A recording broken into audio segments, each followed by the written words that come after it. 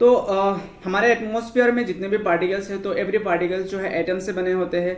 और every atoms के जो सेंटर में न्यूक्लियस रहेगा, उसके चारों तरफ बहुत सारे इलेक्ट्रॉन्स रहेगा अकॉर्डिंग टू द मेटल और नॉन मेटल। अगर एवरी मेटल और नॉन मेटल के अकॉर्डिंग जो इलेक्ट्रॉन्स है वो कम ज़्यादा होते हैं। तो वो जो इलेक्ट्रॉन्स रहता है, अगर हम उसे इलेक्ट्रॉन्स की झुंड बना दें, बहुत सारे इलेक्ट्रॉन्स की अगर हम झुंड बना दें, और उस झुंड ऑफ इलेक्ट्रॉन्स को हम कहेंगे चार्ज, जिसको Q से डिफाइन करा जाता है और उसका यूनिट रहेगा कूलम। इसका यूनिट रहेगा कूलम, जिसको C से डिफाइन करा जाता है, C से। तो अगर हम कहें कि झुंड ऑफ इलेक्ट्रॉन्स को चार्ज कहा जाता है और उसका यूनिट है कूलम, तो अगर हम कहें कि हमारे पास एक कूलम चार्ज है, तो एक कूलम चार्ज में टोटल कितने इलेक्ट्रॉन्स हो गए। तो ये हमारे पास बहुत मेजर क्वेश्चन आ जाएगा कि अप्रोक्सीमेटली या फिर एग्जैक्टली कितने इलेक्ट्रॉन्स मिलके एक कूलम चार्ज बनाएगा। तो हम यहाँ पे से कह सकते हैं कि एक कूलम चार्ज बनाने के लिए हमें 6 × 10⁻18 इलेक्ट्रॉन्स की जरूरत है। ये जो पॉइंट है ये हमें एमसीक्यू में आ जाता है बहुत बार, तो इसको रटना तो हमें पड़ेगा ही कि अगर हमारे पास आपको रिफ्लेक्शन की वजह से प्रॉब्लम हो गया, मैं दूसरी तरफ लिखता हूँ, वो हो जाएगा 1 coulomb charge is 6 × 10⁻18 electrons to make 1 coulomb of charges. तो अगर 1 कूलम चार्ज बनाने के लिए हमें 6 × 10⁻18 इलेक्ट्रॉन्स की जरूरत है, तो एवरी इलेक्ट्रॉन्स में थोड़ा सा भी तो चार्ज रहेगा। बहुत सारे इलेक्ट्रॉन्स मिला के एक कूलम बनाएगा चार्ज, तो एवरी इलेक्ट्रॉन्स में थोड़ा सा भी चार्ज रहेगा। तो एवरी इलेक्ट्रॉन्स में कितने चार्ज रहेगा उसे जानने के लिए हमें इस पॉइंट को बस यहाँ 1 से डिवाइड करना पड़ेगा, जिसका आंसर निकल जाएगा 1.6 × 10⁻19 कूलम। एवरी इलेक्ट्रॉन्स का जो है इतना चार्जेस रह जाएगा। तो ये दो पॉइंट है जो बहुत इंपॉर्टेंस है, एमसीक्यू में बहुत बार आते हैं, तो इसे हमें रखना पड़ेगा। नेक्स्ट हमारे पास जो टॉपिक है वो है करंट। हमारा नेक्स्ट टॉपिक है करंट। तो करंट क्या चीज है? अभी ही हमने पढ़ा है कि झुंड ऑफ इलेक्ट्रॉन्स जो रहता है उसे हम कहते हैं चार्ज। तो मान लीजिए हमारे पास झुंड ऑफ इलेक्ट्रॉन्स या फिर चार्ज है, उसको पॉइंट ए से पॉइंट बी तक ले जाना है। हमारे पास चार्ज है और पॉइंट ए से पॉइंट बी तक ले जाना है, तो उसे पॉइंट ए से पॉइंट बी तक ले जाने के लिए हमें एक कांस्टेंट समय लगेगा, टाइम लगेगा, जिसका यूनिट सेकंड में रहेगा, आपको पता है। तो जो है हमें टाइम लगेगा, तो पर यूनिट सेकंड में या फिर पर यूनिट टाइम में हमें जितने इलेक्ट्रॉन्स मूव करे पॉइंट ए से पॉइंट बी तक, उसे हम कहेंगे करंट। हम इसे ऐसे डिफाइन कर सकते हैं, जो करंट है वो उसे I से डिफाइन करते हैं। तो I को हम ऐसे लिख सकते हैं कि मूविंग ऑफ इलेक्ट्रॉन्स और चार्ज पर यूनिट टाइम, ठीक है। और उसका जो यूनिट है वो निकल के आएगा एम्पियर, जिसे ऐसे डिफाइन करेंगे, ठीक है। तो आप यहाँ देख सकते हैं जो I है उसे हम ऐसे लिखते हैं कि QT। तो अगर I का जो यूनिट है वो एम्पियर निकाल के आएगा, तो उसे हम जो फॉर्मूला है उसको भी हम यूनिट में कन्वर्ट कर देते हैं। जैसे कि हम चार्जेस को लिख सकते हैं कि ये कूलम में रहेगा, और टाइम को लिख सकते हैं कि हम सेकंड में रहेगा, या फिर हम इसे ऐसे लिख सकते हैं कि एम्पियर जो है वो कूलम पर सेकंड के बराबर है। ये जो पॉइंट है ये भी हमारे कभी कभी एमसीक्यू में आ जाता है कि जो एम्पियर है वो कूलम पर सेकंड के बराबर है, ठीक है। तो अगर हमारे पास एक सर्किट है और वहां पर बहुत सारे इलेक्ट्रॉन्स मूव कर रहा है, तो ऑब्वियसली बात है वहां पे जो है करंट पास होगा। तो वो जो मेजरमेंट है वो ऑब्वियसली यूनिट एम्पियर में आएगा।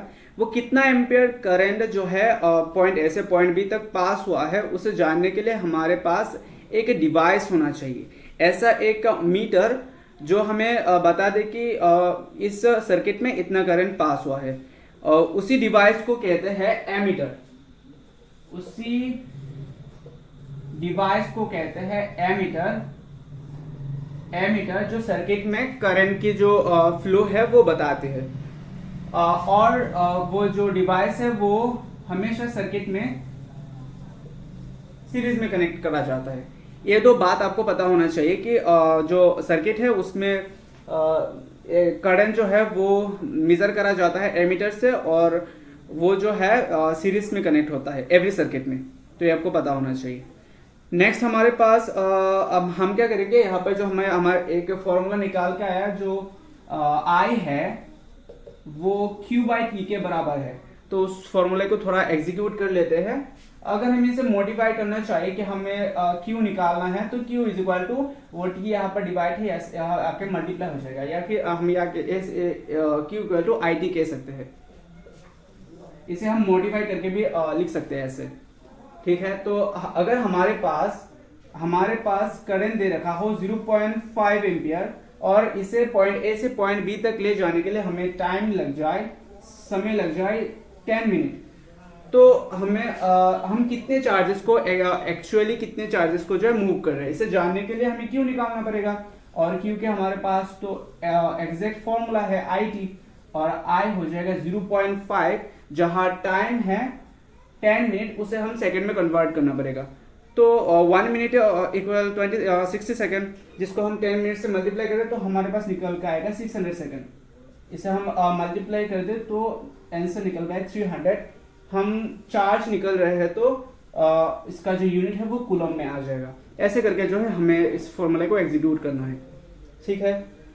हमारा नेक्स्ट टॉपिक है पोटेंशियल डिफरेंस और वोल्टेज। तो आपने कई बार वोल्टेज नाम सुना होगा कि वो ऐसे करके वोल्टेज कम है ज़्यादा है। वो वोल्टेज होता है क्या, आपको आज मैं समझा देता हूँ। तो अगर हमारे पास झुंड ऑफ इलेक्ट्रॉन्स हो या फिर चार्ज हो, तो और उसे पॉइंट ए से पॉइंट बी तक ले जाना हो, तो चार्जेस क्या होता है, बहुत आलसी इंसान होता है, वो पॉइंट ए से पॉइंट बी तक नहीं जाता, या फिर कोशिश भी नहीं करता, आराम से सोता रहता है। तो उससे पॉइंट ए से पॉइंट बी तक ले जाने के लिए हमें क्या होता है, उस पर कुछ वर्क करना पड़ता है कि आप जो है यहाँ से उठिए, उस पर जोर डालना होता है। तो मैं क्या कह रहा हूँ, हमारे पॉइंट ए से पॉइंट बी तक, ये पॉइंट ए हो गया, ये बी, और यहाँ से यहाँ तक अगर हमें क्यू चार्ज को ले जाना हो तो हमें उस पर जो है वर्क करना पड़ता है, उसे हम कहते हैं वोल्टेज और पोटेंशियल डिफरेंस। इसको हम ऐसे लिख सकते हैं कि voltage is equal to work done per unit charge. तो इसे हम ऐसे लिख सकते हैं कि पर यूनिट चार्ज को मूव करने के लिए हम जितना वर्क डन करेंगे उसको हम वोल्टेज कहेंगे, जिसका यूनिट हमें निकाल के आएगा वोल्ट। इसको मॉडिफाई करके हम ऐसे भी लिख सकते हैं, जो वोल्टेज का यूनिट है तो वहां पर हमारे पास जो है वर्क जिसका यूनिट है जूल, और कूलम का जो चार्ज का जो यूनिट है वो हो जाएगा कूलम। तो इसको हम वोल्ट को हम कुछ ऐसे भी लिख सकते हैं कि जूल पर कूलम। ये जो चीज़ है ये भी कभी कभी हमें जो है एमसीक्यू में दे देता है, तो इसको जानना भी हमें बहुत जरूरी है कि वोल्ट होता है वो जूल पर कूलम के बराबर होता है। इसको अब हमें जानना होगा, ठीक है। नेक्स्ट हमें एक और बात जानना होगा। अगर हमारे पास जो वोल्टेज है और वोल्टेज की जो यूनिट है वो अगर वोल्ट है, और पॉइंट ए से पॉइंट बी तक जो हमें वोल्टेज लगा है वो कितना लगा है, तो उसे जानने के लिए हमारे पास एक और डिवाइस है वो जो हमें बताते हैं कि पॉइंट ए से पॉइंट बी तक कितना वोल्टेज लगा। उस डिवाइस को कहते हैं वोल्ट मीटर। वोल्ट मीटर नाम का एक डिवाइस है, वोल्ट मीटर नाम का एक डिवाइस है जो बताता है कि हमारे पास कितने इस सर्किट में कितना वोल्टेज है। और वो जो वोल्ट मीटर है वो सर्किट में हमेशा पैरेलल में कनेक्ट होता है। ये आपको पता होना चाहिए कि हमारे पास जो वोल्टेज है वोल्ट मीटर है वो वोल्टेज को पता करने के लिए सर्किट में हमेशा पैरेलली कनेक्ट होगा। अच्छा, आप एक बात जो है सवाल आपके मन में होगा कि कई बार मैंने एक शब्द बार बार यूज किया है कि सर्किट और सर्किट। तो ये सर्किट क्या है, आपने पिछले क्लासेस में बहुत सुना होगा कि सर्किट ये है, सर्किट वे है, और मैं आपको सिंपल भाषा में सर्किट क्या है वो बता देता हूँ। करंट को मूव करने के लिए जो पथ चाहिए उसी पथ को हम सर्किट कहते हैं। मान लीजिए मैंने कहा कि हमारे पास एक वुडन टेबल है, तो क्या वुडन टेबल के बीच में से हमारे जो करंट है वो पास होगा?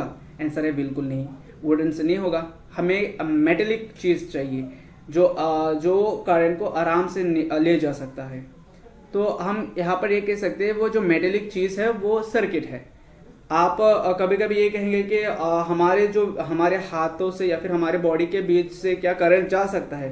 तो आंसर है यस, हमारे बॉडी से करंट जा सकता है। हमने कई बार शॉक खा के भी देखा। तो अगर हमारे बीच से करंट जा सकता है तो हम भी एक सर्किट है। Majorly the path of moving charges और electrons can be defined as circuit. अच्छा, सर्किट यहाँ पर कुछ एक्स्ट्रा नॉलेज भी आप लोग ले सकते हैं कि सर्किट जो है वो कई तरह के होते हैं।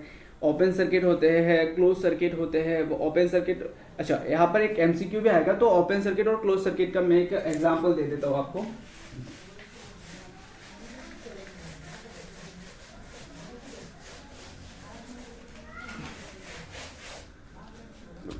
अच्छा, एक सर्किट बनाने के लिए हमें जो चीजें जरूरत है, फर्स्ट ऑफ ऑल हमें वायर की जरूरत होगा जो मेटेलिक होगा, जिस मतलब मैक्सिमम केस में मेटल हम यूज करते हैं सर्किट में।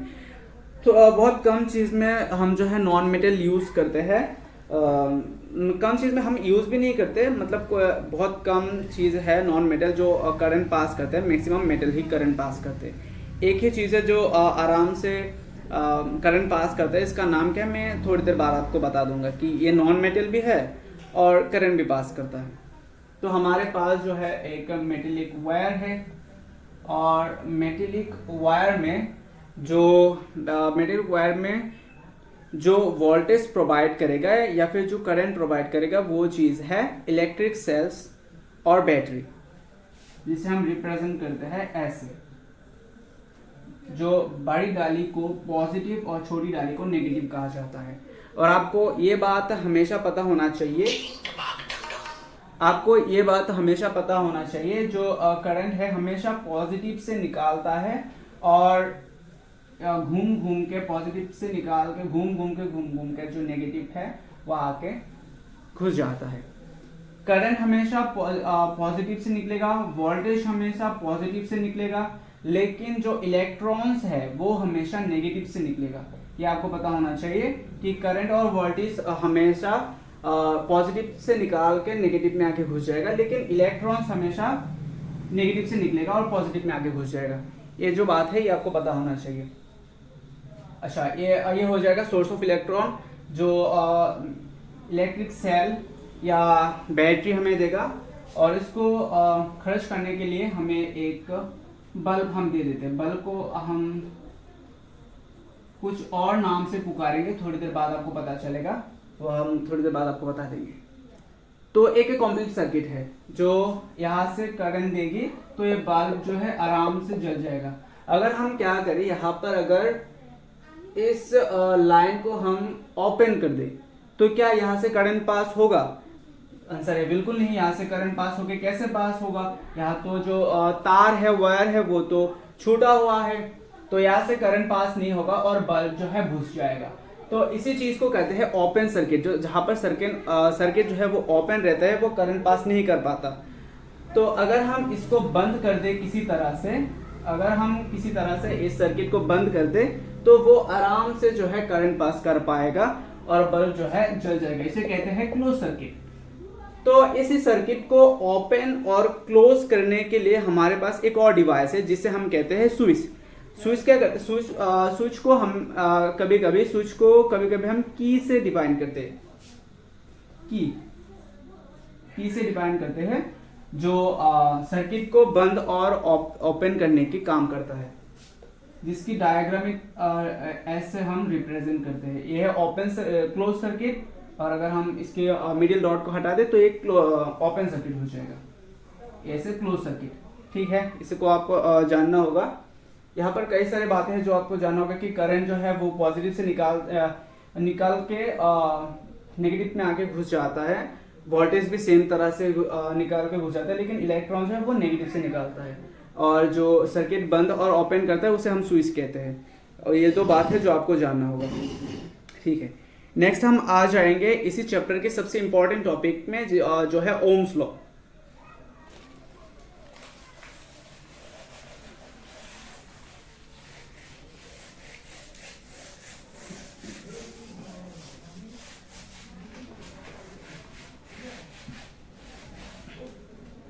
अच्छा, ओम्स लॉ क्या कहते हैं? अगर टेम्परेचर कांस्टेंट है, मान लीजिए हमारे पास एक कांस्टेंट टेम्परेचर है, टेम्परेचर चेंज नहीं हो रहा है, तो जो सर्किट में हम जितने भी वोल्टेज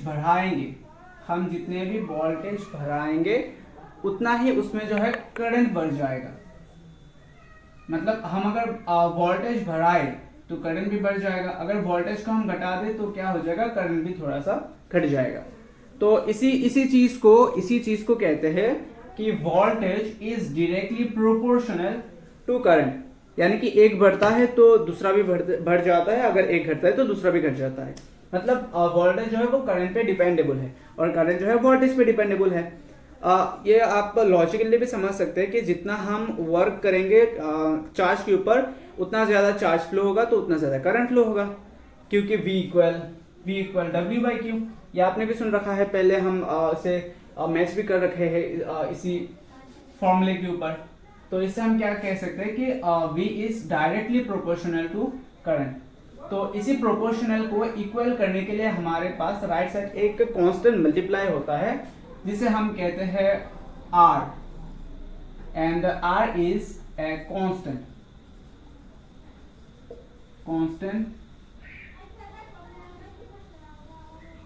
है। तो इसी R को हम लिख सकते हैं ऐसे, जो है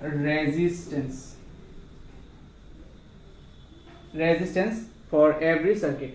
आप ये कहेंगे कि रेजिस्टेंस क्या है?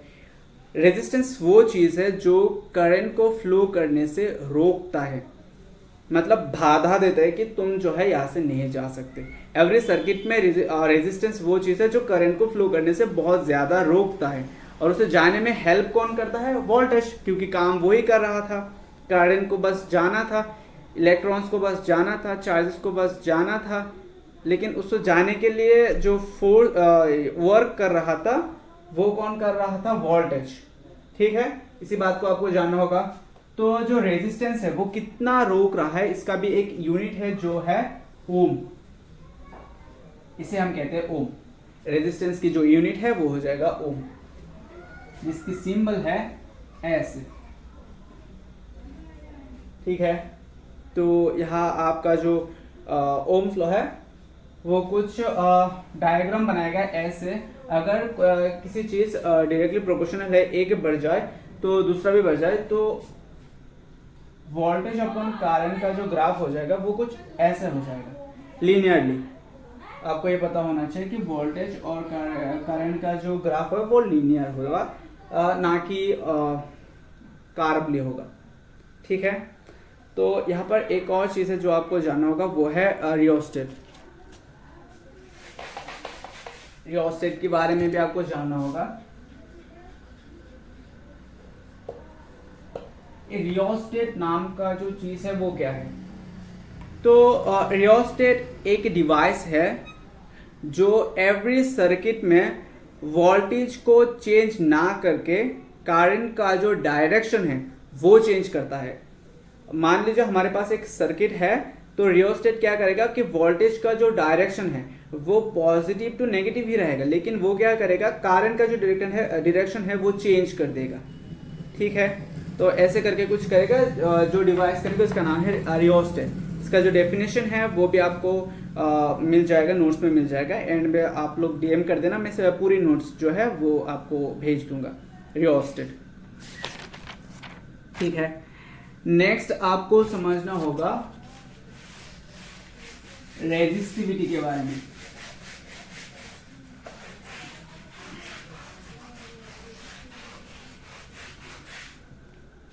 आपको अब जो है रेजिस्टिविटी के बारे में कुछ जानना होगा। Resistivity, what is resistivity? तो मान लीजिए हमारे पास एक वायर है और आपने क्या करा, सॉकेट में लगा के यहाँ पे एक बल्ब जला लिया और बल्ब जो है आराम से जल भी रहे हैं। तो अगर हम क्या करें, उसी वायर को आपके घर के चारों तरफ 100 बार अगर हम उसके सराउंडिंग घूम घूम के लाए, इतना लंबा वायर लेके चारों तरफ 100 बार जो है हम घूम के लाए हैं, बहुत लंबा हो गया वायर, और वो आके हम फिर से क्या करें, एक बल्ब में लगा दे, तो क्या उतना ही रोशनी देगा जब पहले देता था, पहले जैसा ही रोशनी देगा? तो आपके मन में आंसर आएगा कि नहीं, यहाँ पर हमने बहुत ज़्यादा वायर कवर कर लिया तो बल्ब का जो रोशनी है वो थोड़ा कम देगा, पहले से कम देगा, पहले के अकॉर्डिंग जो है कम देगा। तो आप ये कह सकते हैं कि जो रेजिस्टेंस था, रेजिस्टेंस क्या कर रहा था, करंट को रोक रहा था। तो रेजिस्टेंस थोड़ा सा बढ़ गया था जब इसका वायर का जो लेंथ है वो तब जब बढ़ा, मतलब लेंथ के ऊपर रेजिस्टेंस डिपेंड कर रहा था, जितना लेंथ बढ़ गया उतना रेजिस्टेंस बढ़ गया, इसलिए बल्ब कम जल रहा था। तो हम यहाँ पे ये कह सकते हैं कि हमारे पास जो रेजिस्टेंस है वो डायरेक्टली प्रोपोर्शनल है लेंथ के ऊपर, ये हम कह सकते हैं। तो ये हो गया एक पॉइंट।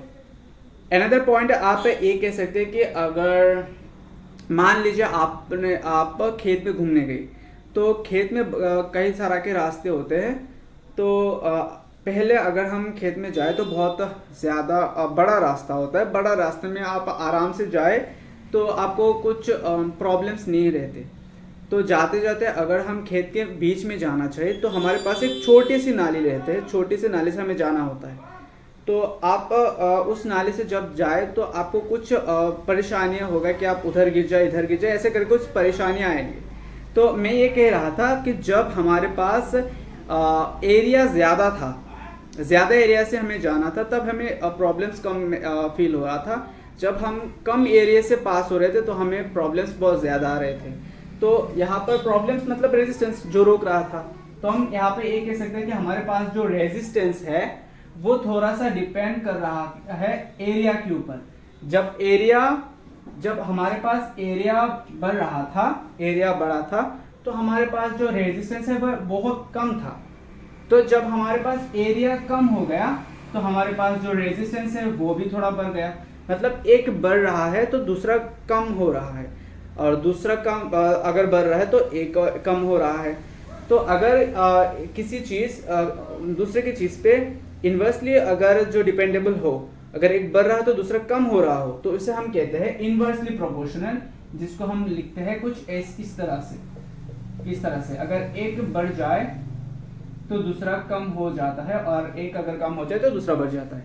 इसे हम कहते हैं इन्वर्सली प्रोपोर्शनल। तो इसी चीज को अगर हम एक साथ लिखें तो हम कुछ ऐसे लिखेंगे कि R is directly proportional to length by area, ऐसे करके कुछ लिखेंगे हम। तो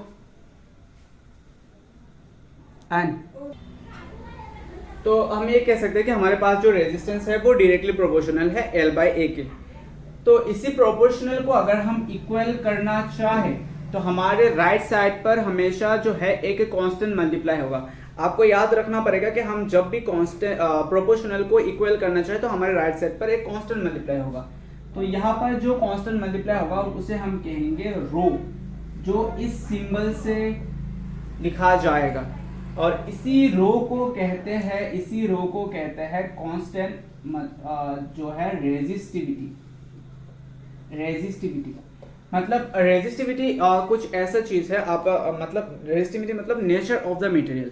आपने जिसका लेंथ मापा, जिसका एरिया मापा, वो जो चीज है वो किस चीज से बना है, या फिर किस मेटल से बना है, किस नॉन मेटल से बना है, वो जो डिफाइन करता है उसका नाम है resistivity, nature of the material. आप रेजिस्टिविटी को कुछ ऐसे कह सकते हैं कि ये है nature of the material, nature of the material.